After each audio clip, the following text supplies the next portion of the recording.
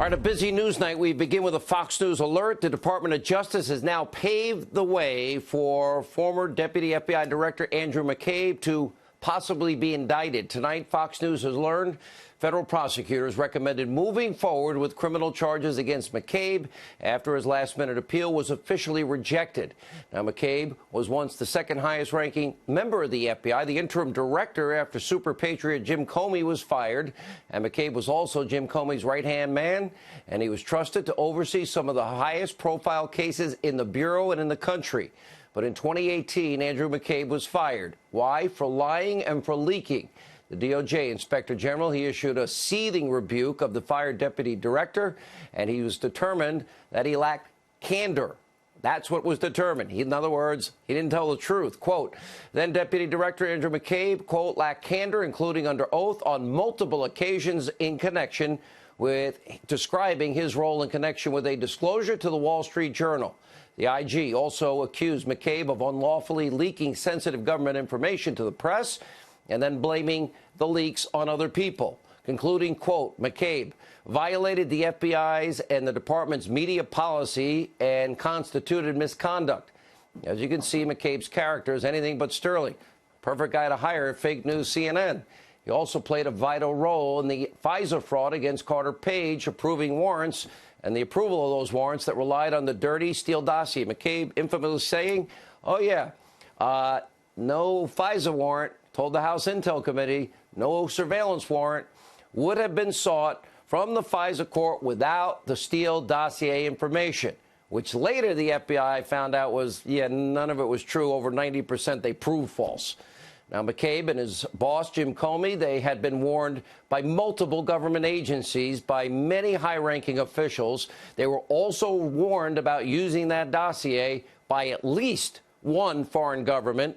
That Steele's so-called intelligence was unreliable, not verified, Russian disinformation, to quote the New York Times, likely from the beginning, bought and paid for by Hillary.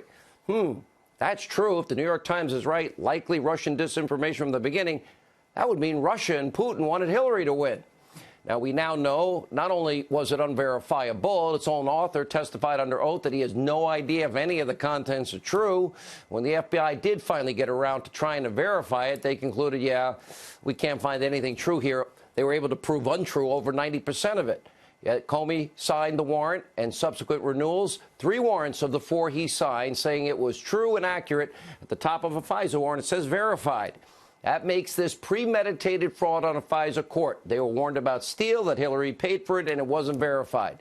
But none of that seemed to matter. McCabe, like his boss Comey, they hated Donald Trump. The Hill's John Solomon reported that, according to the former FBI General Counsel, James Baker, McCabe was, quote, dead serious about the idea of surreptitiously recording the 45th president of the United States and using the evidence to make the case that Trump should be removed from office.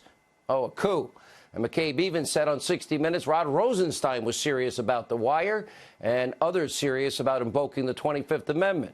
Now, my sources telling me McCabe could, in fact, face criminal charges. I'd assume this means that a grand jury will be convened 10 days, 7, 10, 14 days. We'll wait and see. I want to be very clear, though.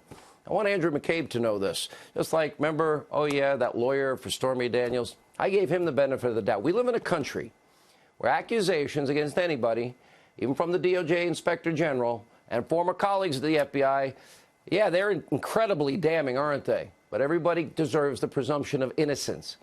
Innocent until proven guilty in a court of law. And by the way, I will not deviate from that. It looks bad. Looks like Andrew McCabe is going to face justice very soon. Now, no one has to wonder if maybe he's feeling differently tonight about his treatment and Comey's treatment of a 33-year veteran named General Flynn.